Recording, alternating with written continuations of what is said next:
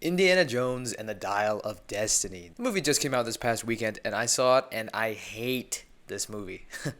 I usually don't like to be this way. I'm not this type of person.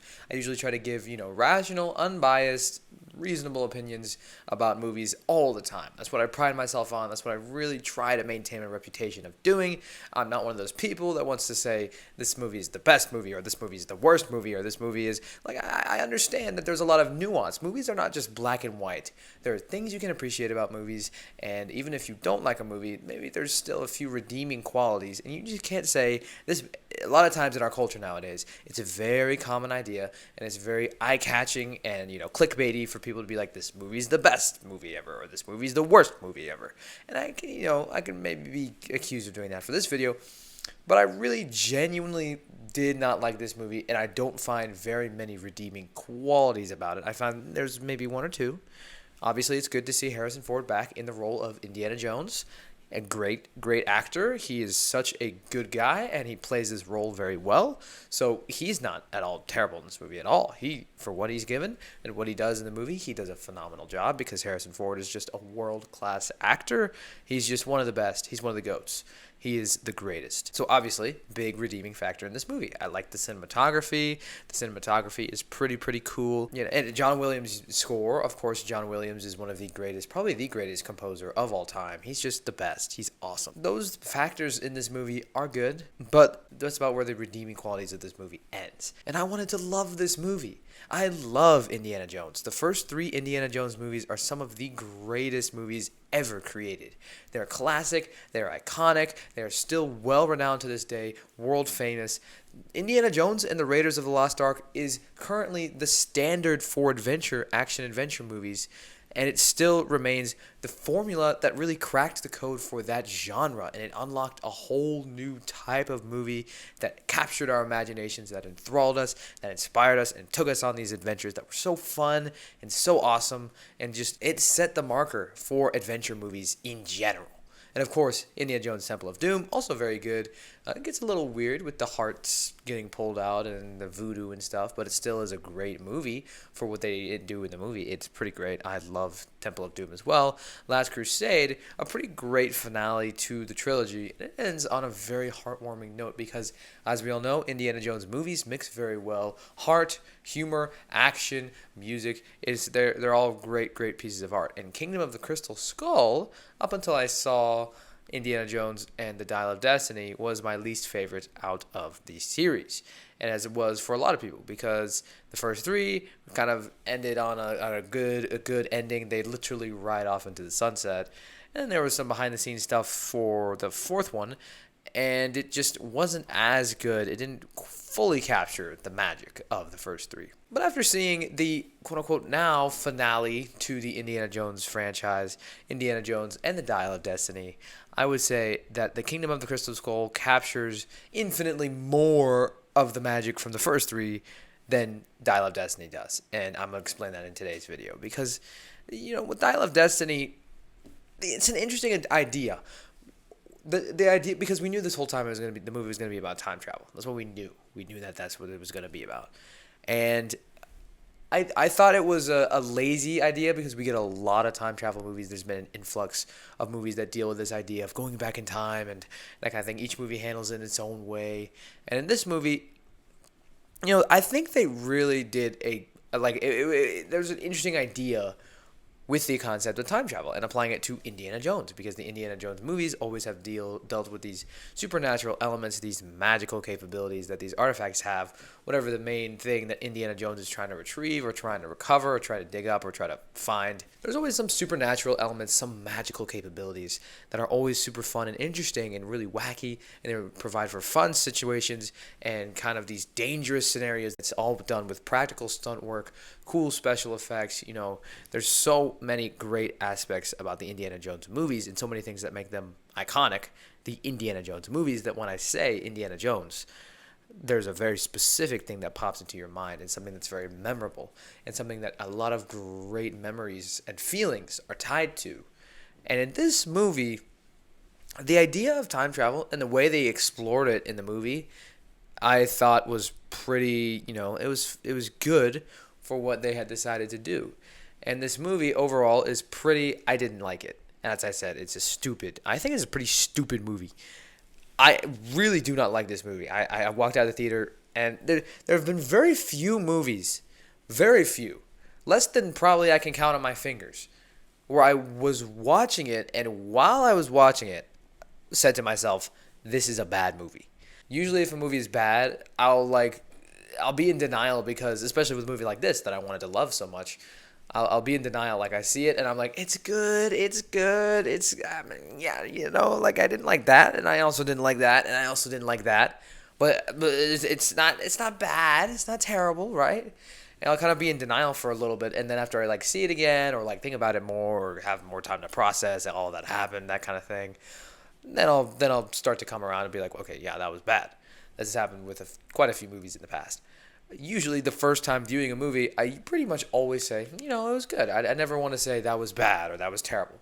But this movie, while I was watching it, I said to myself, this is bad. And I'll tell you why. I just described the fun and the appeal and all of the great, awesome elements that you expect when you go in to watch an Indiana Jones movie. You expect fun, dangerous, lively scenarios, a cool villain, usually, Nazis or something like that, as, in prime Indiana Jones fashion. Indiana Jones fighting against some kind of threat or enemy, usually trying to find an artifact that's super cool, has magical capabilities. We don't quite know what they are, but we're trying to find clues, and we're trying to solve puzzles and put together codes and ciphers and all this stuff to track down this artifact, usually.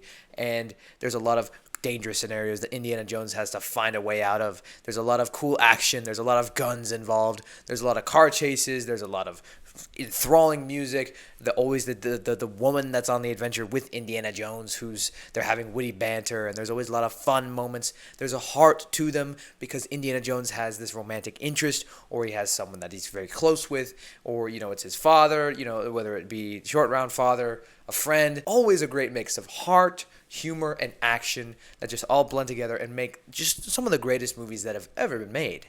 And in this movie, all of those elements in this movie, the humor, the action, the heart, are all so dulled down.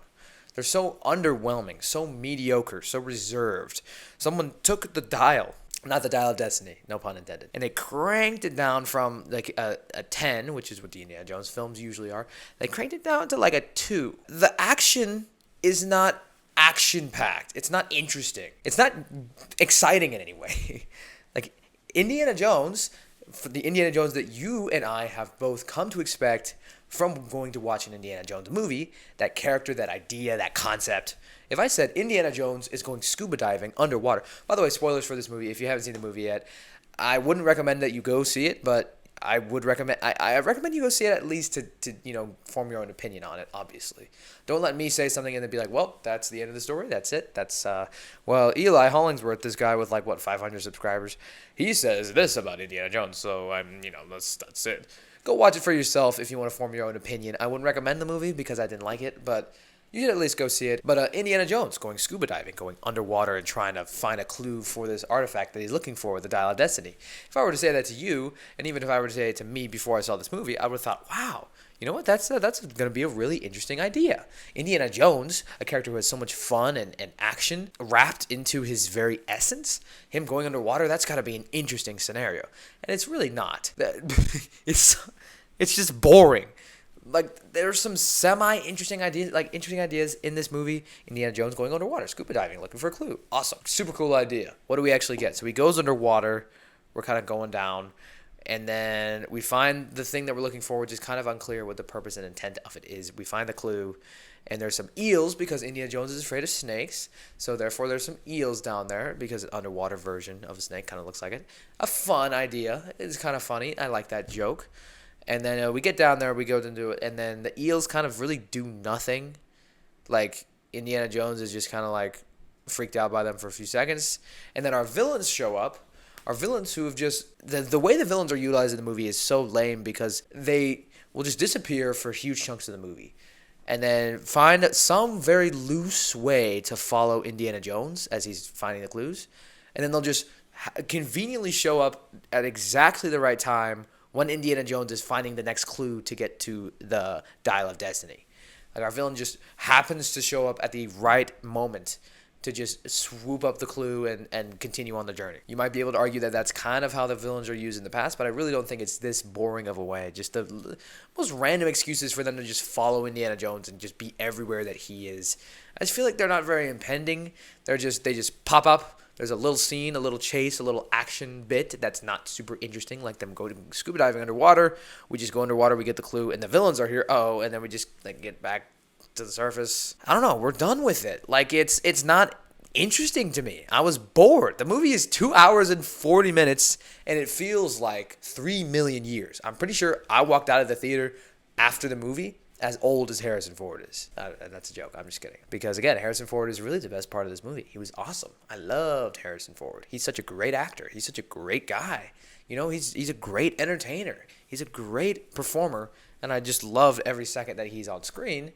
But the story itself is just not super interesting. It's not something that makes me go, wow, that was brilliant. They really worked hard on that, didn't they? They really came up with a great idea and they executed it well. Which is sad, again, for me to say, because I really wanted to love this movie. James Mangold, the director, has made some awesome movies. He's such a great filmmaker.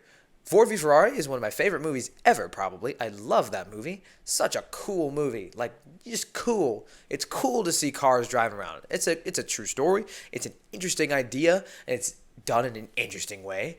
Seeing cars drive around, seeing the tension, all the things that go with that. Logan, the perfect deconstruction of the character of Wolverine. Super amazing and mature, and so many great things in that movie. So how is it? Here's my question. And not everyone is perfect, right? All directors make mistakes, or they, have their bad movies or whatever. That's fine. But here's my question. How does a director go from some absolute bangers, some really mature, interesting, cool movies that just you're like, wow, that's a cool movie. That's a cool idea, cool script, super tight, really awesome idea, and it's explored in an interesting way. How does he do that and then also make this movie, which is the most common word I've been seeing from everyone who's seen it, is boring? How can he make a movie that's boring? It's 2 hours and 40 minutes. It's so long. It's so long. And it's so boring. Everything in this movie is just dull. Dull is the word to describe this movie. And again, I hate to say it, but why am I talking about an Indiana Jones movie that is dull? That should not be a thing that is happening. Kingdom of the Crystal Skull is not a dull movie. It's not a perfect movie. It's not even a fantastic movie by any means, but it's not a dull movie. Shia LaBeouf swinging with CGI monkeys that look so weird and it's so out of place in an Indiana Jones movie is not dull. It's weird, but it's not dull. That tells me that something went wrong in the studio's mind. There's a lot of behind-the-scenes rumors about Kathleen Kennedy, the head of Lucasfilm right now, interfering with a lot of the story, which does track with a lot of other rumors that have been happening at Lucasfilm for Star Wars specifically. Kathleen Kennedy seems to love brown-haired British girls saving old, cranky men who are so incompetent from all these dangerous situations. Why does Lucasfilm, or I don't know if it's Kathleen Kennedy or someone else at Lucasfilm, but it just seems like a pattern now that we've gotten, that Lucasfilm loves to take these heroes, these iconic characters that we get behind super easily. They're super fun. They're super lively. They're just great characters. Luke Skywalker, Indiana Jones, super great characters. Some of the most iconic and memorable characters of all time. Why does Lucasfilm have this obsession with taking characters like that and putting them at the worst possible stage in their life?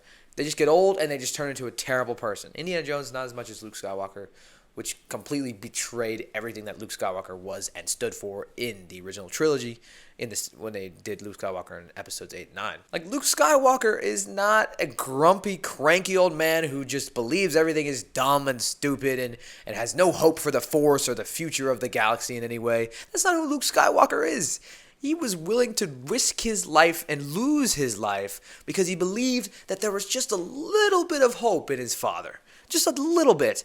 He was willing to risk it all. And he turns into someone who tries to kill Ben Solo just because he made one tiny little mistake and he thought that maybe there might be some bad things about Ben Solo. That's not who Luke Skywalker is. That's a completely different character. Not at all what Luke Skywalker is supposed to be. Indiana Jones, on the other hand, not as much of a character assassination as Luke Skywalker, but still, nobody wants to watch an Indiana Jones movie. Let me describe Indiana Jones and the Dial of Destiny to you, and you tell me if it sounds like an Indiana Jones movie. A cranky 90-year-old man hobbles around being incompetent while being saved by his goddaughter. Why is a 90-year-old man, first of all, getting shot in the shoulder and surviving nearly as long as he did? Now, the Indiana Jones movies can get a little over the top sometimes. They can suspend our disbelief quite a bit a few times. And the fighting is usually, but you gotta have some believability. A 90-year-old man is not going to be able to survive nearly as long as he did when he gets shot just in his shoulder like that, and the bullet's just in there. How is he not bleeding out already? His dad was shot, and he started dying very quickly, much more quickly, and he was much closer to the brink of death. He was lying on the floor. He was incapacitated in The Last Crusade. And I'm just not supposed to question that at all. I don't think so. Here's the problem with the movie. The movie just boils down to the general premise. Like in the story that we do get, the Dial of Destiny, the story that is told, there is nothing inherently wrong. There's no glaringly obvious problems, except for the fact that Indiana Jones' goddaughter, played by Phoebe Waller-Bridge, is absolutely obnoxious. I cannot stand her character in any way. She also played the robot in Solo, who I also didn't like, by the way. Nothing against her as an actress. I don't think she's a bad actress. She does fine for what she's given. But it just seems like she usually plays these really overbearing, obnoxious characters. Helena in this movie is so annoying. She's just so smug. She is just a know-it-all. She's in everybody's face. She's kind of like Rey, except in a different way. So maybe it is Kathleen Kennedy. Maybe she is the problem. But there's no inherent problems in this movie, besides Helena, who is so annoying. Nothing that's glaringly like, well, you see, if you fix this, then the movie gets better.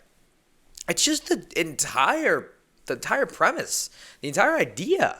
Every scene is just dull and boring, as you can hear a lot of people say. They set up these cool ideas, like the Dial of Destiny. You can find fissures in time that'll take you to different time points. Cool idea. Cool, interesting idea to explore in an Indiana Jones movie. So finally we get to the time fissure, and we go back in time and we realize we're in this Roman war. It was super cool. It's like, wow, that's super interesting. So we get there and we learn that Archimedes actually built the dial, so then he could have someone come back in time and find him so he could win this war, because they lose the war. What an interesting idea. And Indiana Jones is shot and he just wants to stay here because he has spent his whole life searching for artifacts, studying history, and he feels like he's got nothing left and nothing left to live for. So that's an interesting idea. If you stop right there, that's an interesting idea based on all we've gone through in the movie so far. No matter how mediocre that is, at this exact moment right here, I was thinking this is interesting. This is a cool idea. What are they going to do with this? Is this going to be interesting? Is this going to be cool? So then we're standing there. Indiana Jones is face to face with Archimedes, which is pretty incredible. He just traveled back in time to this Roman war. I forget the name of it. And this is an interesting idea. He's debating with Helena whether or not he should stay here or go back with her because he is dying. How are they going to solve this? How is Indiana Jones going to get out of this one? What incredible feat is he going to pull? What cool stunt, what interesting idea is going to be executed here? Helena punches Indiana Jones in the face and knocks him out instantly. Which, by the way, if you hit someone in the face and knock them unconscious, they're going to have brain damage. There's going to be something seriously wrong with their head if you punch someone hard enough to knock them unconscious. Especially for the amount of time that it would take for them to get in the plane all the way back through the time rift or what, the portal that's in the sky, which I don't know why I'm talking about this for an Indiana Jones movie. Get back to Indiana Jones's apartment, put him in there, put him in a bed, wrap him in bandages. Like, he's unconscious for all of this? That took a really long time. That was a lot to do. This movie just doesn't care about any of that. That was such an interesting conflict right there. How is Indiana Jones what's he gonna do? How is this movie gonna end? What's the resolve gonna be? Helena punches Indiana Jones in the face. We cut to black, and it's all over. We're back in Indiana Jones' apartment.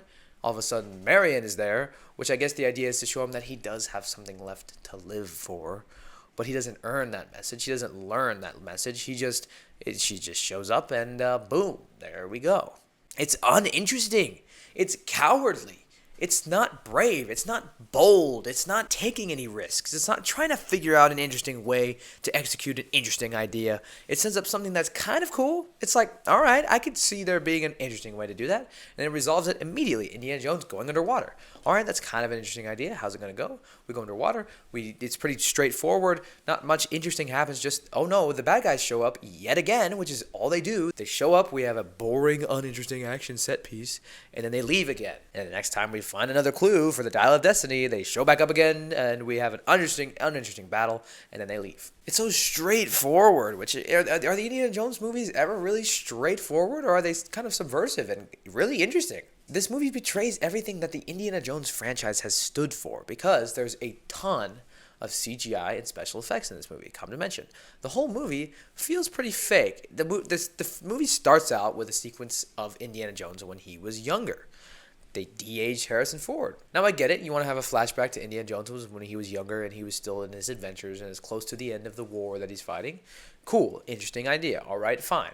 But it betrays everything that the Indiana Jones movies stand for. Because not to say that the Indiana Jones movies don't have special effects. There's that scene from the third Indiana Jones movie where they used some pretty awful blue screen for Indiana Jones and his dad flying in a plane, which is still a great scene and part of an iconic movie that is one of my favorites of all time, as with the other two in the original trilogy of Indiana Jones movies. But it's only when it's necessary. Like, they're not going to film Harrison Ford and his dad in a plane, really flying, really shooting other planes. Then they're just not going to do that. But having the special effects and just looking at this version of Indiana Jones that's younger and de-aged to where the point where you're not focusing on the story value of what's happening here. What's the plot that's being furthered here as Indiana Jones is a younger version of himself? The whole time, all I'm doing is staring at Harrison Ford's face, trying to find the imperfections. How do they do that? Where's the cracks? Where are the seams? When is it going to slip up? What is there going to be a part where they make a mistake, or is it a part that's not going to look good? That's all I'm thinking the whole time. And that just kind of detracts from and betrays everything that the Indiana Jones franchise had stood for, with all 99.99% practical stunt work, cool set pieces, very, very little special effects, CGI, just all real. It's real. In this movie, most of it just looks fake. There's a lot of special effects. There's a lot of CGI. And because Harrison Ford is old and can't do very much, he's backed up by a lot of stunt doubles, a lot of body doubles, a lot of special effects doubles. And it just doesn't feel like that's something that should be happening in an Indiana Jones movie. So what I would say is the problem is that we didn't need an Indiana Jones 5.